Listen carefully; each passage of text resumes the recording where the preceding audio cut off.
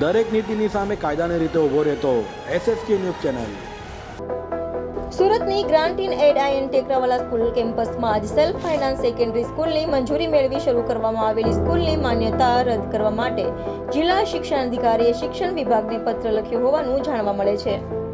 રાંદેર પાલનપુર પાટિયા વિસ્તારમાં આવેલી આઈએન ટેકરાવાલા સ્કૂલને સરકારી ગ્રાન્ટ ફાળવવામાં આવી રહી છે। આ ગ્રાન્ટ ઇન એડ સ્કૂલના કેમ્પસમાં સેલ્ફ ફાઇનાન્સ સેકન્ડરી સ્કૂલ શરૂ કરવા માટે સ્કૂલના સંચાલકો ગુજરાત શિક્ષણ બોર્ડમાં અરજી કરી હતી।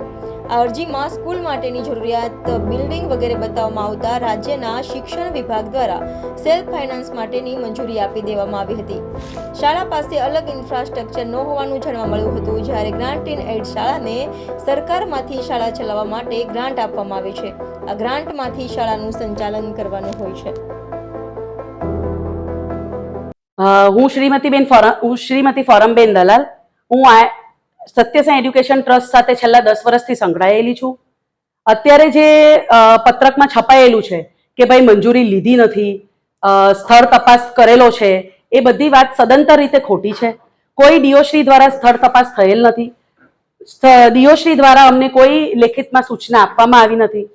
અને અત્યારે અમારું જે આયન ટેકરાવાળા ઇંગ્લિશ મીડિયમ એની મંજૂરી અમને જૂન 2024માં ગુજરાત સચિવશ્રી દ્વારા ગુજરાત માધ્યમિક અને ઉચ્ચતર માધ્યમિક બોર્ડ દ્વારા નિયમો અનુસાર મળેલ છે। એટલે જો ડીઓશ્રી આવી ભલામણ કરતા હોય બોર્ડને કે આપણે સેલ્ફ ફાઇનાન્સ શાળા બંધ કરી દેવી જોઈએ, તો એના માટે જવાબ આપવો અમે એના માટેની સ્પષ્ટતા બોર્ડ સાથે કરીશું। પરંતુ ધોરણ 9 થી તે ઉચ્ચતર માધ્યમિકની ઇંગ્લિશ મીડિયમની શાળાની મંજૂરી લેવા માટેની કેમ આગળ કેટલા વર્ષથી શાળા ચાલતી હતી ઇંગ્લિશ મીડિયમ? હા, ઇંગ્લિશ મીડિયમ શાળા 2016 થી કાર્યરત છે।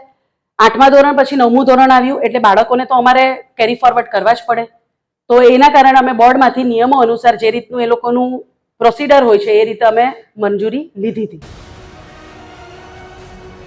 દરેક નીતિની સામે કાયદાની રીતે ઊભો રહેતો એસએસકે ન્યૂઝ ચેનલ।